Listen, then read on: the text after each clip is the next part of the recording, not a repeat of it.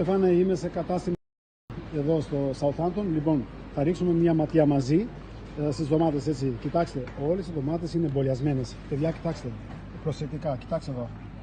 Θέλετε κι άλλο? Κοιτάξτε εδώ. Αυτό δεν είναι τυχαίο τρύπημα, έτσι. Κοιτάξτε εδώ. Κοιτάξτε εδώ. Κοιτάξτε εδώ. Κοιτάξτε εδώ, έτσι. Υπάρχει μία και μοναδική τρύπα σε όλη την ντομάτα. Η ντομάτα είναι μια χαρά, έτσι. Κοιτάξτε εδώ τώρα τι γίνεται. Πάμε τώρα στα μάγκο. Κοιτάξτε εδώ τι γίνεται. Έλα τώρα. Αυτό εδώ θέλει πολύ παραπληκτικό μάτι. Κοιτάξτε εδώ. Είναι εμπολιασμένα. Το βλέπετε, έτσι. Ενώ από όλες τις πλευρές είναι μια χαρά. Κι όμως υπάρχει μόνο μία και μοναδική τρύπα. Κοιτάξτε. Λοιπόν, πάμε στις μεριτζάνες. Παιδιά, κοιτάξτε εδώ. Κοιτάξτε εδώ. Κοιτάξτε εδώ.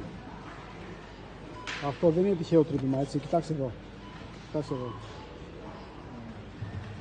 Από όλες τις μεριές είναι μια χαρά.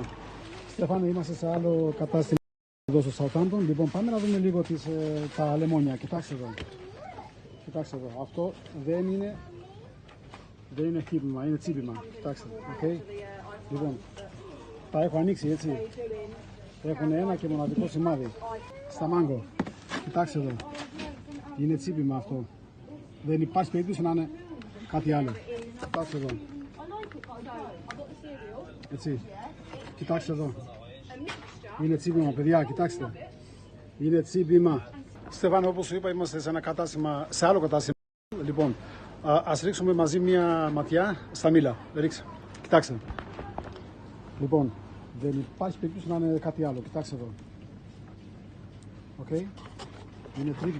Είναι τρύπημα αυτό, παιδιά, ναι. Είναι τσίπημα. Εντάξει. Ενώ μια χαρά είναι το μήλο γύρω-γύρω.